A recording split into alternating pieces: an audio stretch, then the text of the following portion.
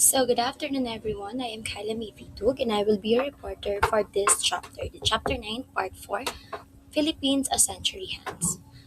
Before that, let's proceed to our learning objectives. At the end of the lesson, the students will be able to analyze what are the important information in the part 4 of essay including its key concepts, evaluate what are the major and primary arguments found in the essay by thoroughly examining historical evidences, demonstrate critical thinking and understanding of results ideas in solving contemporary issues and challenges through classroom activities, demonstrate an appreciation in the essay by highlighting Rizal's vision of justice, responsible leadership, and patriotism to the Philippine context.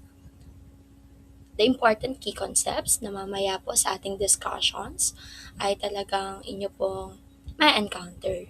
We have assimilation, colonialism, colonial exploitation, freedom, reforms, moral law, nationalism, natural law, patriotism, resistance, and self-governance.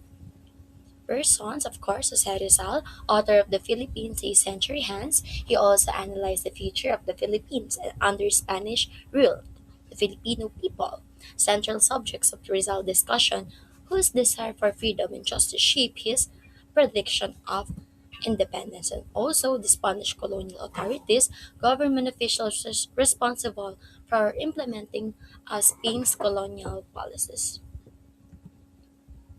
The important events, the expulsion of the Carthaginians, the expulsion of the Moors from Spain, formation of Spain 15th to 16th century, expulsion of the French from Spain, another example of a long ruling foreign power eventually being pushed out, the crucifixion of Christ, and the Napoleon's defeat of Waterloo.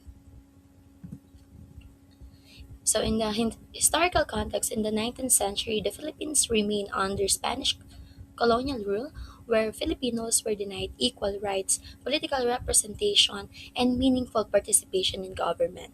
Filipinos also experienced limited educational and economic opportunities. These injustices strengthened the desire for reforms and national unity.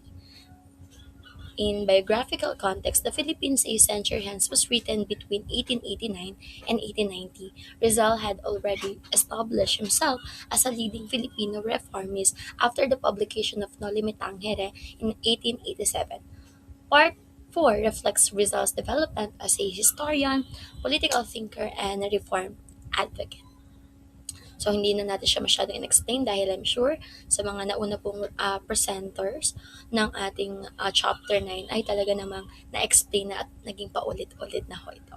So, to start my discussion, I would like to ask you guys, can a nation remain under foreign rule forever? Or will there always come a time when its people demand freedom? So, pwede niyo po yung sagutin for our recitation.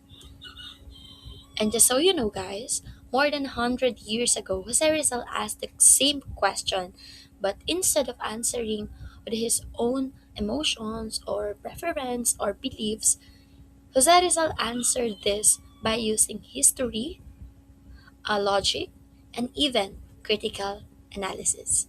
That's why the final part of the Philippines a Century Hence, Rizal explains not only that the Philippines would one day become free, but why that freedom was inevitable. So, this is how Rizal builds his case. He begins by explaining why no colonial rule lasts forever, then discusses what might happen after Philippine independence, then the kind of nation Filipinos could become, and then finally ends with a powerful appeal to Spain. So this is the overall structure of part 4, and each section answers the question in the beginning. So later on, di ba, habang tayo po ay nasa proseso ng discussion natin is malalaman nyo at masasagot din natin yung ating first question. So let's focus on what Jose Rizal said, that no colonial rule lasts forever. So in this statement pa lang ni Jose Rizal or part ng essay, talagang pinaninindigan niya na darating ang araw makakalaya ang mga Pilipino sa mga dayuhan, sa mga mananakop. So, no colonial rule lasts forever. Rizal began his argument by asking a fundamental question. Can one nation permanently dominate another? Ang isang bansa ba ay talagang mapapanatili niyang sakop ng bansang to or forever bang nasasakupan ng Spain or forever bang sakop ng Spain ang Philippines? Forever bang alila lang ang mga Pilipino? Excuse me? Forever lang na papayag sila sa kung ano lang ang iuutos sa kanila ng mga Spaniards? Forever ba yan? Magpakailanman ba yan? So, like what I've said a while ago, Rizal answers history or answers with history, logic, and critical analysis. So in answering this fundamental question, he used history. So based on Rizal, walang bansa ang nakakasakop sa isang bansa ng magpahanggang kailanman. Hindi siya forever. 'Di ba? Walang isang lahi ang sakop ang isang lahi na magpakilanman based on Jose Rizal. At lagi niya sinasabi na sa isang mananakop o sa isang sumakop sa isang bansa, dalawa lang po ang pwedeng kapupuntahan. Yun ay ang foreign power expelled or native people nearly erased. So may palatandaan ako dyan, kapag foreign power expelled, dayuhan na palayas. Or kapag naman native people nearly erased, katutubo na palayas. So yun po ang sinasabi ni Jose Rizal na dalawa lang ang po pwedeng kapupuntahan ng pananakop. So, like what I've said, gumamit siya ng history. So, inaral niya po yung mga like past na nangyari na. And based on him, may mga bansang nanakop na napaalis. May mga dayo na napaalis or the foreign power uh, expelled. These are the examples where the foreign rules eventually lost control and was driven out no matter how long they they held power. First one is the Carthaginians, na kung saan gumamit pa sila ng maritime, no? But still, napalayas pa rin po sila ng Spain. Another one is the French occupation. In here naman, instead, hindi siya maritime, but military power. But still, hindi sapat ng military power para makontrol nila forever yung Spain. And also, the Moors in Spain. This is the longest domination ho na nangyari na kung saan 7th century po nilang sakop ang Spain. 7th century is equivalent to 700 years. Ganun po katagal. At kahit na ganun na sila katagal na namalagi doon, kahit na binigay na nila yung mga karapatan in terms of rights or religion, ayan, hindi pa rin po naging sapat yon. Nagkaroon pa rin ng himagsikan, nagkaroon pa rin po ng pag-aas ng independence ang mga Spain sa Moors. And then eventually, after for so many years, nakuha pa rin po nila yung kalayaan.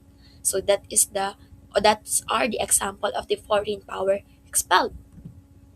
Meron din tayo dito yung native people nearly erased. Yan naman po ay yung mga katutubo ay napalayas. We have New Zealand, New World, or ngayon are the America, and the Australia.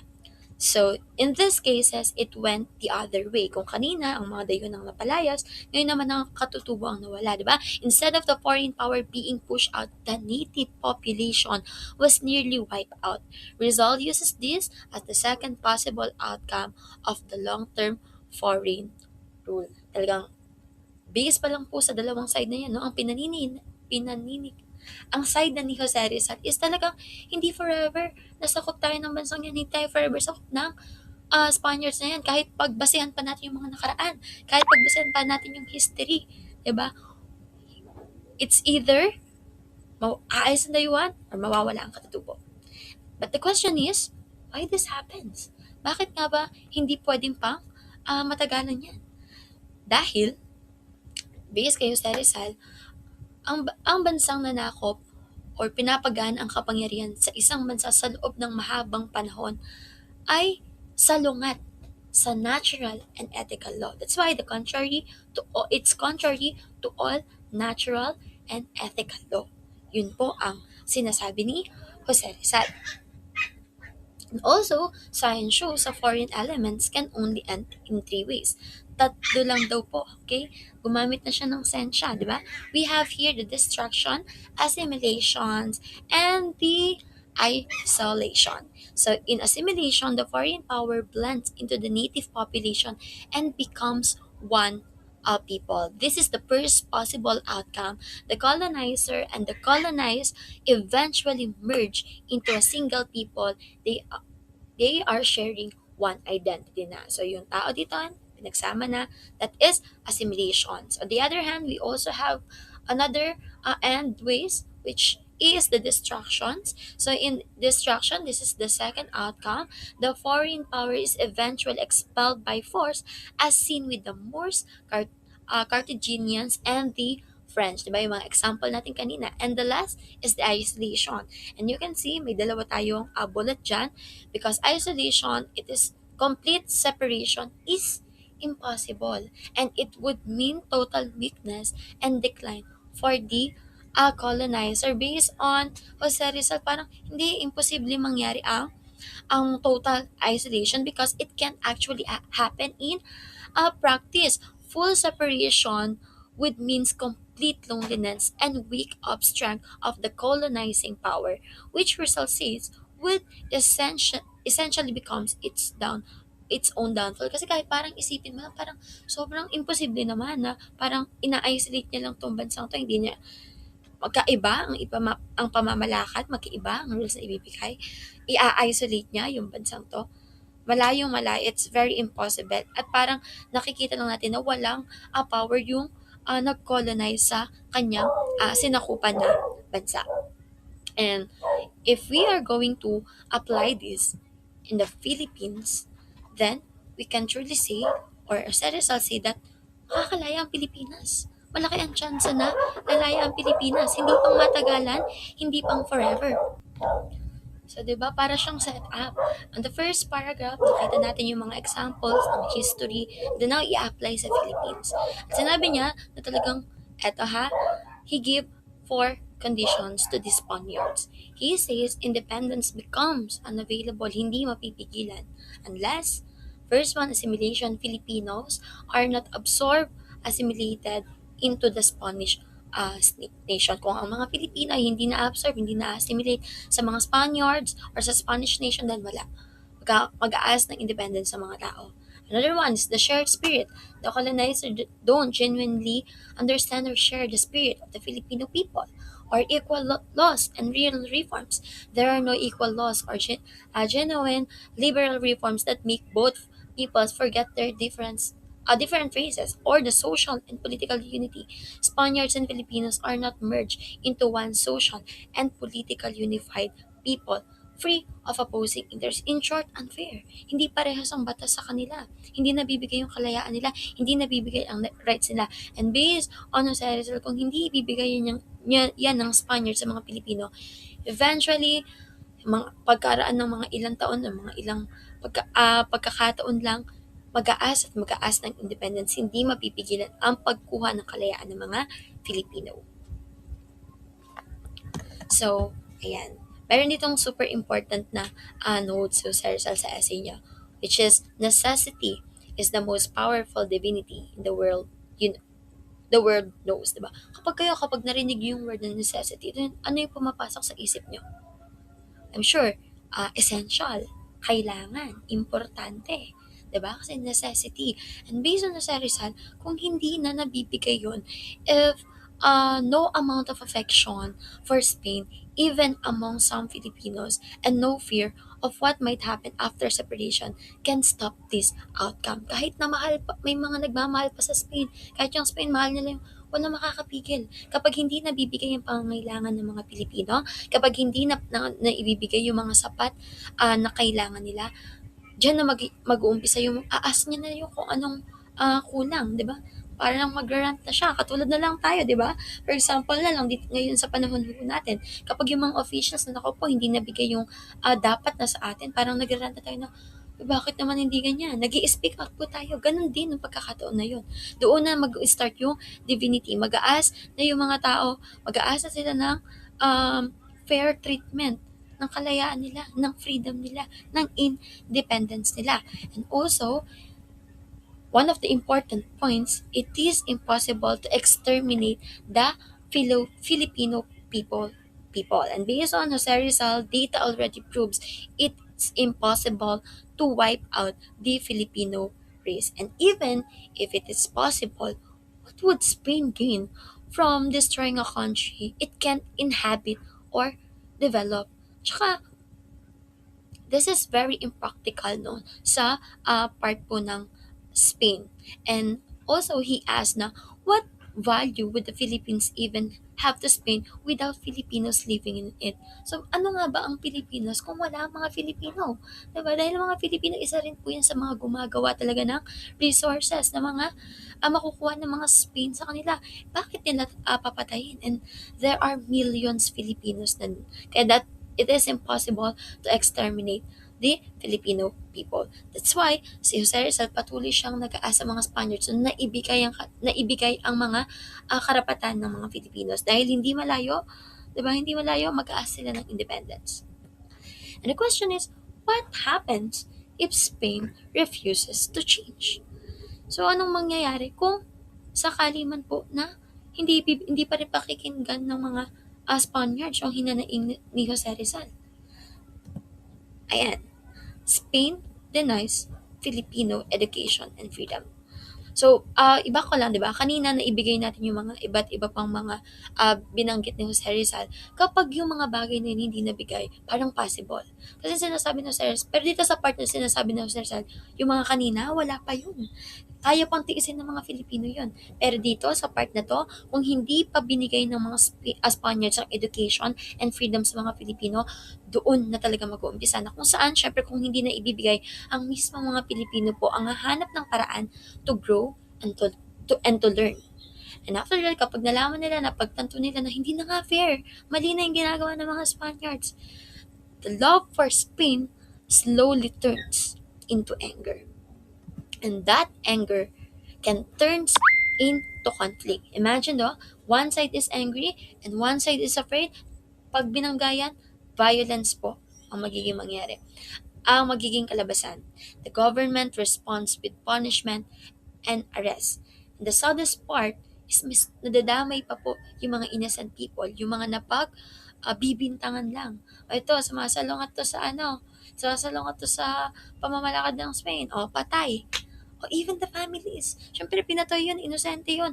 Lang naman, okay lang, baka may kinalaman talaga siya. Hindi po ganun. Diba? Siyempre, pamilya niya yun. Diba? And then, naiipit po sila sa gitna. And ang pinaka mas malala pa, dahil na ruler po iyon, mas nagiging worse. Because in a nation with one shared race, a bad decision is blamed on one leader. Under a foreign ruler, every government action is seen as oppression by the entire colonizing race.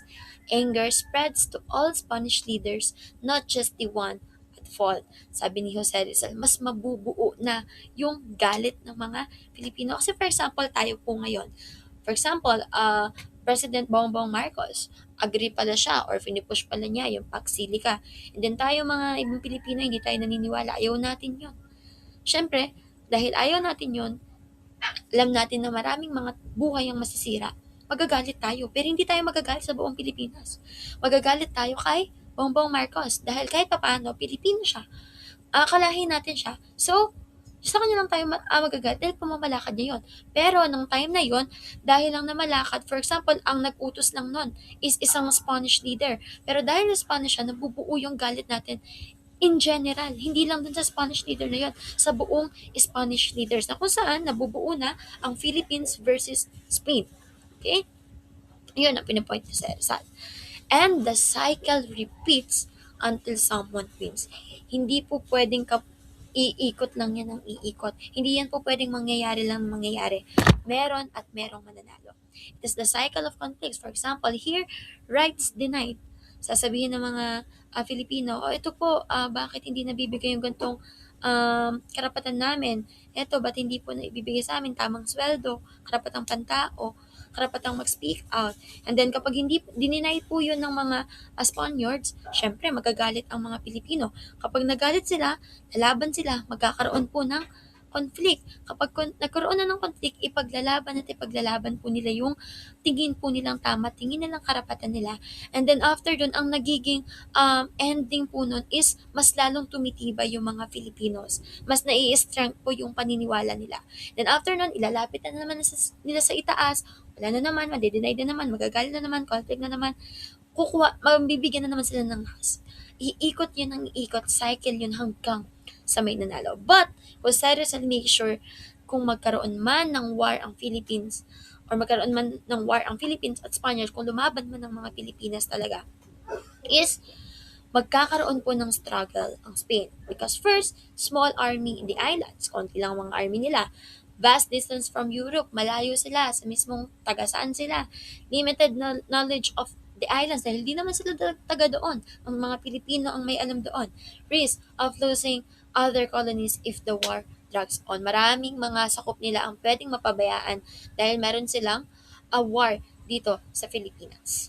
Okay? So, yun lang po ang pinuprove ni Jose Rizal. It's a cycle at kahit anong mangyari, lalaya at lalaya ang mga Pilipino. Lalo na kapag sinasagad na ho ang pasensya nila. Diba? Tapos mabubuo ng mabubuo ang galit, revenge ang nasa utak po ng mga Pilipino. And every unjust punishment becomes a symbol of injustice itself. At doon po papasok yung paniniwala natin sa natural and moral o natural and moral law po. Sinasabi ni Jose Rizal. We have here, ayan, Filipinos highlighted, Filipinos, peaceful but fierce when provoked, and suffering strengthens national identity. Diba? Yung mga Pilipino daw po ay kilala sa mga mapagpasensya. Ito, kaya ko pang palagpasin yan, papalagpasin kayo. Pero kapag once po na nasagad ang mga Pilipino, ay talagang doon naman na mag-uumpisa na ipaglalaban talaga at ipaglalaban nila. If the Spaniards continue to push them, then Filipinos will fight firstly to protect their freedom nang walang kinakatakutan. And suffering strengthens national identity. Siguro akala ng mga Spaniards, ng mga pagkakataon na yon, kapag natakot sila, kapag pinagsuffer nila, pag pinarusahan nila yung mga Pilipinos, talagang papasuko na lang sila or di naman kaya ay susunod-sunod na lang. But ang hindi nila alam, lahat ng sufferings na yon ay talagang tinitake nila bilang maging strengths nila para ipaglaban yung sariling kanila. So, next. So dahil nga super advanced na mag-isip ni Jose Rizal na talagang ang vision niya is makakalaya ang Pilipinas, makukuha natin ang kalayaan natin. Inisip din niya kung sakali man na makalaya tayo sa mga Spaniards, would another powerful nation immediately colonize the Philippines? So he started on England. So sa England, ex agad yan. Dahil yan, no, already focused on India, Singapore, Hong Kong, Shanghai, and likely to raise its major Asian colonies just for the Philippines, might even support Philippine independence. Open ports means more trade for English merchants. Rizal argues that England has bigger priorities in Asia and more to gain from a friendly Philippines or free trade friendly Philippines than from colonizing it directly. Germany, ekis din yan. Dahil a distant war could weaken Germany's forces, risky for its own homeland security, would rather focus on territories that are easier to control. It wouldn't want to gamble its strength, no? Hindi nila i-release ang kalakasan nila nung time na yon sa malayong bansa na pwede nilang sakupin. 'Di ba? I-defend na lang nila yung freedom na meron sila. Alright?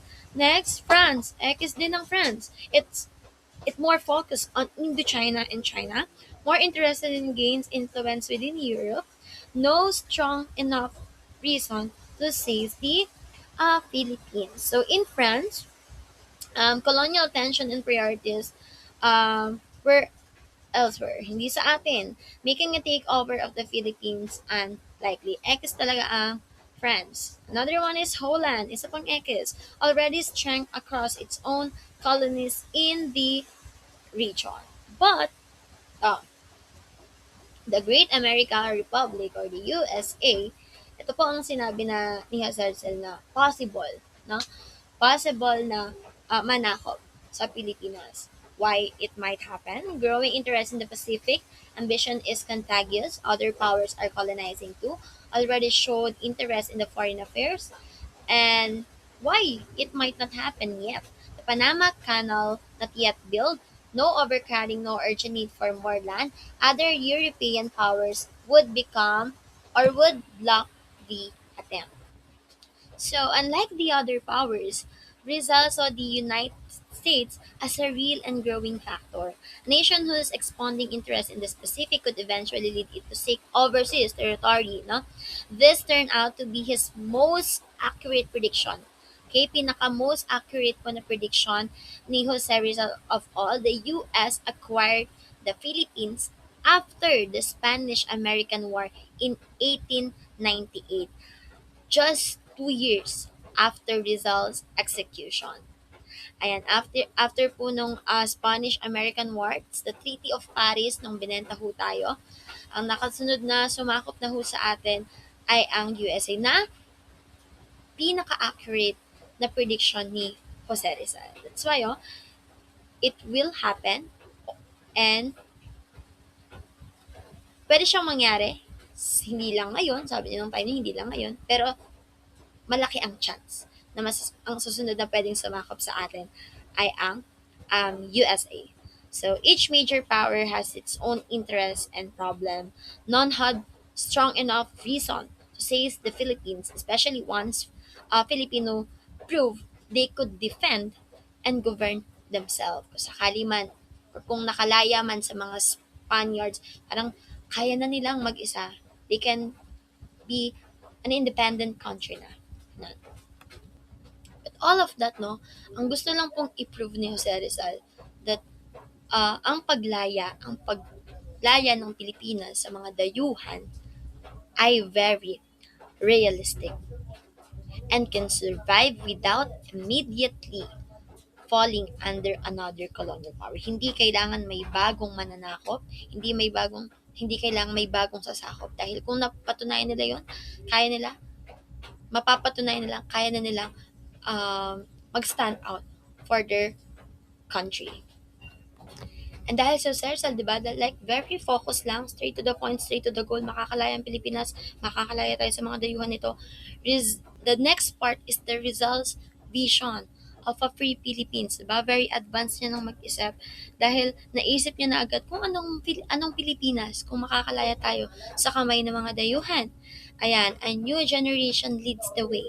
A new generation of Filipinos work to build a stable government. Filipinos unite in developing society and relations with other nations, no longer dependent on foreign power to lead them. After showing independence was possible, Rizal paints a picture what the Philippines, future Philippines could look like. One led by its own people and not by outside the powers. Diba? Mismong mga Pilipino ang mamumuno sa sarili nilang bansa, mas mamahalin nila ang bansa, mas magiging maayos ang pamamalakad at ang interes sa kanila. Okay? Walang pang personal. Next, economic revival, agriculture, mining, and maritime trade. Rizal believed the economy would flourish once Filipinos themselves benefited from the country's own resources and strategic location. Kasi before, for sure may hati yan. Baka nga mas malaki pa ang kita ng mga Spaniards kaysa sa mga Pilipino. So kung sakali makalaya, di ba? Ang economic revival, magkakaroon tayo ng economic revival dahil gumagawa na sila ng pera ng para sa kanilang, hindi para sa mga dayuhan. Okay?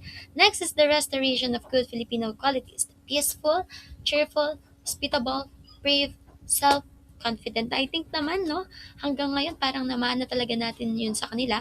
Siyempre, before, kung sakop tayo ng mga Spaniards, maaaring may mga naipasa na silang mga qualities, no, ng mga Spaniards at hindi Filipino qualities. Pero kapag nabawi natin ang ating kalayaan, possible, diba, na maibabalik po natin ang good Filipino qualities.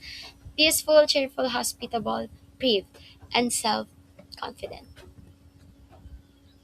So freedom is not only political independence. It restores dignity, unity, and the character. So in this part, talagang hinighlight ko lang din tong quotes na to kasi, 'di ba? Yung paghingi ng kalayaan ng mga Pilipinas or yung Kalayaang matatamo ng Pilipinas hindi lang para mapalitan kung sinong mga namumuno, kundi para ibalik yung dignity, yung unity, character ng isang Filipino. Hindi lang para mawala ang mga nangunguna ay ang mga foreign. So in here, history turns on small events. We have the crucifixion of Christ, Napoleon's defeat at Waterloo. Rizal reminds readers that a nation's fate can shift due to events that don't seem significant at first. He uses two examples, ayan nga po, on the crucifixion and the Napoleon's defeat at Waterloo. Akala natin yung mga maliit na bagay na nangyayari is wala lang. Pero meron po palang magiging malaking dulot sa atin. Yon, katulad na lang, di ba, yung sa crucifixion of Christ, akala lang natin na after noon, may pinakong tao doon sa krus. Yun na yun. Pero hindi natin alam, yun na palang magiging, tawag dyan na pala magiging lalaganap yung Christianity. In the Napoleon's defeat at Waterloo, sa isang digmaan, di ba? Ang dami mo naging digmaan, nanalo ka sa mga digmaan. Pagkatapos ng isang afternoon po na digmaan na natalo ka, tapos mawawala lahat ng masisira yung empire mo. Diba? That small, seemingly minor events that reshape world history. Akala natin, maliit lang, pero malaki pala ang epekto. Rizal closes his essay with one last message, not to Filipinos, but to Spain. This marked the shift into Rizal's conclusion that instead of speaking to his fellow Filipinos, he now directly addressed the Spanish government. Ito po ang mga last message na. First one is listen, don't suppress. 'Di ba? Ang sabi niya sa mga Spaniards, kapag may hinanaing mga Pilipino, pag may hiningi silang klaya, ibigay niyo yung mga deserve nilang mga service. Hindi niyo sila papatahimikin, no? Hindi niyo sila sasaktan, hindi niyo sila paparusahan, pakikinggan niyo sila. Okay, another one is give rights willingly and sincerely. Kapag magbibigay po kayo, dapat sincere. Dapat gusto talaga, dapat taos sa puso. And also remembering Filipino loyalty and sacrifices. Rizal reminds Spain of the Filipinos' years of loyalty, sacrifice, and service. 'Di ba? Can you imagine, 'di ba? What should be taught of a people who gave their youth and strength but were still denied justice, 'di ba? Ano kaya ang mga thought process ng mga ninuno natin na binigay ng lahat, pinagservisyon, loyalty, sacrifice, but still, hindi pa rin magbigay-bigay kahit yung mga pinakasimpleng kalayaan or rights lang nila bilang tao. Okay? And then also, he gave the final warning to Spain. At yan siya. If Spain remains deaf to Filipino demands, the day will come when Filipinos act on their own to win their freedom. Diba? Rizal ends the essay with a quiet but a powerful warning. The future of the Philippines depends on just not just on faith, but on the choices Spain and the Filipinos people make. Kung mananatili ko kayong bingi sa hinanaing ng mga Pilipino, dadating at dadating ang araw, maghihingi at maghihingi sila ng kalayaan. Mawawala at mawawala kayo sa bansang to. And lastly, freedom was not simply about removing colonial rule. It was about giving Filipinos the opportunity to become the nation they were capable of. This is the core message of the entire Part 4. That, diba? Hindi ang kailangan natin ay mabago lang kung sino ang mga namumuno. Ang kailangan natin is mabigyan ng pagkakataon ng mga Pilipino na maipakita kung what are they capable of and kayang-kaya nila. That's why yun po ang naging vision ni Jose Rizal sa bansang Pilipinas. Lalaya at lalaya, hindi pang habang buhay, hihingi at hihingi ng kalayaan. So the significance of the essay, The Philippines a Century Hence, stands as one of the Rizal most influential political essays because it combines historical evidence, logical reasoning, and political analysis to explain why colonial rule could not endure forever. Rizal believed that true national progress depended on freedom, equal rights, and good governance, making the work an important expression on his ideas on nationalism and responsible leadership. And this essay reflects on the values that define his life and contributions to Philippine nationhood. Rizal believed that genuine patriotism is rooted in wisdom, truth, and peaceful reform rather than hatred or violence. At sa nangyayari ngayon no, sa mundo natin or kahit sa bansa lang natin, medyo nakakalungkot lang sa part ho na nakamit nga natin ang kalayaan natin sa mga ibang lahi. Pero parang mga dito, sariling mga kapwa natin, mga Pilipino, sariling mga kalahi natin, talagang gumigipit ho sa atin. Talagang ang hindi nagbibigay ng fair and equal treatment sa lahat po ng mga Filipino. So that concludes my report. I hope you've learned a lot from this discussion. Thank you so much, mga pag-asa ng bayan.